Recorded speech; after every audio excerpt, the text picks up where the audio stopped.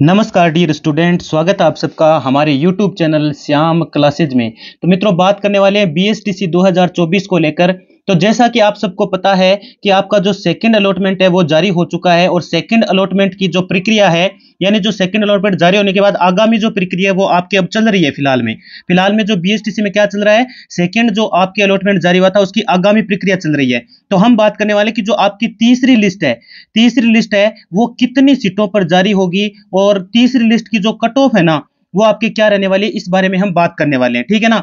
तो जो कोई भी आप में से चैनल पर नया विजिट कर रहा है तो चैनल को कर लीजिएगा सब्सक्राइब और बेल आइकन को कर लीजिएगा प्रेस, जिससे कि हर एक जानकारी आपको मिलती रहे। क्योंकि आपको पता है कि मैं 3 साल से आपके बीएसटीसी है वो कवर कर रहा हूं। तो कवर कर रहा हूं, पीटीटी भी मैं ही कवर कर रहा हूं 3 साल से और बीएसटीसी भी कर रहा हूं और हमेशा आपको सटीक जानकारी दी है। तो सब्सक्राइब जरूर कर लेना हर एक नई न्यूज के लिए। ठीक है, तो चलिए जल्दी से वीडियो को कर लेते हैं स्टार्ट।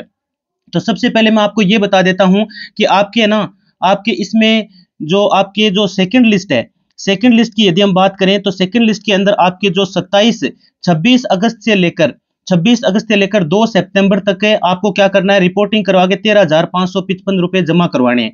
13,555 रुपए जमा करवाने हैं और लगभग ये 3 सितंबर तक चलेगा। रिपोर्टिंग वाला सिस्टम 3 तक चलेगा।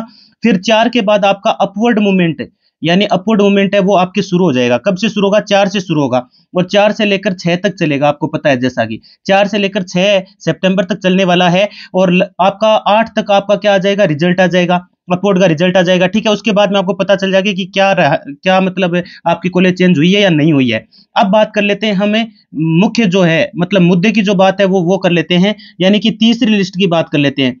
तीसरी जो लिस्ट है ना, अब बड़ा सवाल ये है कि सर जी कितनी सीटों पर आएगी।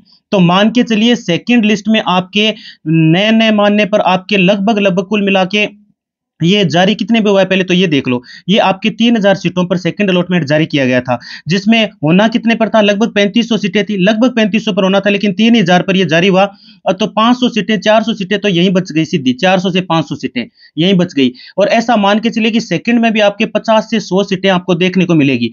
तो कुल मिला के सीटें होगी 600। सीटें कितनी होगी? 600। जो आपका जो थर्ड अलॉटमेंट है वो आपके 600 सीटों पर क्या होगा, जारी होने वाला है। लगभग आपके 600 सीटें आपको देखने को मिलेगी। तीसरी जो लिस्ट है वो आपकी 600 सीटों पर आएगी, देख लीजिएगा। ठीक है ना। और दूसरी बात यह है कि सर जी कट ऑफ में क्या बदलाव होगा, तो कट ऑफ में मात्र 2 से 3 नंबर का फर्क पड़ने वाला है और इससे ज्यादा कोई फर्क नहीं पड़ेगा। क्यों? क्योंकि मैं जैसा कि आपको बता दूं कि बात करें फीमेल की बात करें और ओबीसी में बात करें तो आपको मैं बता दूं 423 नंबर जिस फीमेल के थे ओबीसी से जो बिलोंग करती थी उसका हो गया है भाई। ठीक है ना। और एसटी की बात करें तो 408 वाली महिला का हुआ है भाई। ठीक है ना।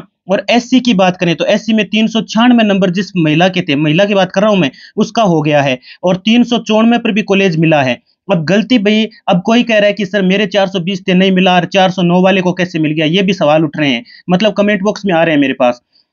तो सवाल तो उठने जायज है, क्योंकि 420 वाले को नहीं मिली, 409 वाले को इसलिए मिल गई क्योंकि इसने 409 वाले ने तो 20 कॉलेज भरे थे और इसने मात्र 3 कॉलेज भरे थे। बताओ कैसे मिलेगी, है ना। और वो भी दूर दूर के अलग अलग भर दिए। ठीक है ना। तो 409 वाला ले गया कॉलेज। तो यही तो सिस्टम है। आपको मैंने कहा था कि जब आप काउंसलिंग करवाएं तो काउंसलिंग में खास तौर से आपको कॉलेज भरने का ध्यान रखना है। तो जिसने ध्यान रखा उसको कॉलेज मिली, ऐसी बात नहीं है। तो आपका जो थर्ड अलॉटमेंट है वो लगभग 600 सीटों पर जारी हो जाएगा और उसमें आपके मान के चलिए 2 से 3 नंबर का, यानी अजी 423 का हुआ ना फीमेल में, तो इस बार 420 का आराम से हो जाएगा। और बात करें हम मेल की, बात करें मेल में 400 लगभग 32 नंबर वाले का हो गया था, तो इस बार मान के चलो 430 नंबर जिसके है ना मेल में, उसका आराम से है ना सिलेक्शन हो जाएगा। चिंता मत करो, है ना, आपका इंतजार हो रहा है। और जिसके नंबर 400 से कम है, 400 से माइनस है, मैं फीमेल की बात कर रहा हूं, 400 से कम नंबर है, तो वो आप 2025 की बीएसटीसी की तैयारी में लग जाओ, क्योंकि आपका सिलेक्शन मुश्किल है भाई। ठीक है ना। और मेल की बात करें तो जिसके 415 से कम नंबर है ना, 415 से कम नंबर है, तो वो 2025 में लग जाना। ठीक है ना, क्योंकि 415 के बिना आपका सिलेक्शन मुश्किल है भाई। ठीक है। तो मित्रों यही बताने के लिए मैं आया था आपको, और मैंने आपको जो जो मुख्य जानकारी थी वो मैंने आपको दे दी है। और धन्यवाद।